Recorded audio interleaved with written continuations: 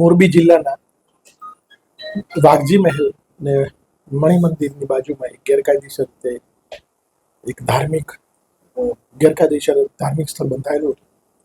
કલેક્ટરશ્રી તરફથી આરએનબી વિભાગ તરફથી અમને બંદોબસ્ત ફાળવણી માટે પત્ર મળેલો હતો, જેના આધારે અમે બંદોબસ્ત ફાળવેલો હતો. આ જે જગ્યા છે એ અગાઉ 2022માં લેન્ડ ગ્રેબિંગ અંતર્ગત ગુનો પણ દાખલ થયેલો હતો. આરોપી લગભગ 11 થી 12 મહિના જેલમાં પણ રહેલા છે. એમના જોડે દેખીતી કોઈ પુરાવા માલિકીના પુરાવા નહોતા, જે અનુસંધાને કોર્ટમાં કેસ ચાલેલો. મૂળ આરોપી જે હતો એ તો ગુજરી ગયા હતા, પણ કેસ નામદાર કોર્ટે એબેટ કરી અને જે જમીન છે એ પરત મેળવવા માટે એક્સીએન આરએનબીને હુકમ કરેલો. જે અનુસંધાનમાં આ મેટર હાઈકોર્ટમાં પણ ગયેલ અને હાઈકોર્ટમાં પણ એ લોકો કોઈ પુરાવા રજૂ કરી શક્યા નથી. તો આરએનબી તરફથી એમને બંદોબસ્તની માંગણી કરવામાં આવેલી, તો બંદોબસ્ત ફાળવણી કરવામાં આવેલી છે. અમે 200 થી 250 જેટલા પોલીસ કર્મચારીઓ બહારના જિલ્લાથી આવેલા છે.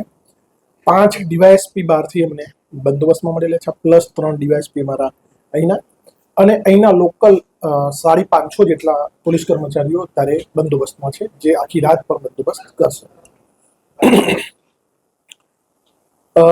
મોરબીની પ્રજાને મારી એક નમ્ર અપીલ એ પણ છે કે આજે કોઈ ખોટી દોરવણી કે કોઈ ખોટા ઉશ્કેરણીજનક કે કોઈ અફવાઓથી દૂર રહેવું.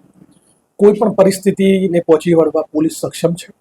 કોઈ પણ પરિસ્થિતિ ઊભી થાય તો police control room, SP, DYSP કે પોલીસ ઇન્સ્પેક્ટરશ્રીના મોબાઈલ નંબર પર કોન્ટેક્ટ કરવા વિનંતી છે. અને અન્યને પણ લોકોનો આ સૌહાર્દ જળવાઈ રહે એવી પણ મારી વિનંતી છે. અને નાના મોટા બનાવો બનેલા છે, જેમાં એ ડિવિઝન પોલીસ સ્ટેશને ઘણા બધા લોકો ભેગા થયેલા હતા, જે લોકો એ થોડી તોડફોડ કરેલી છે. એ અમે આગળ કાયદેસરની કાર્યવાહી કરીશું. અત્યારે હાલ અમારી જે પ્રાયોરિટી છે એ બંદોબસ્ત શાંતિથી અને ડિમોલિશન પૂર્ણ થાય એવી અમારી ઈચ્છા છે.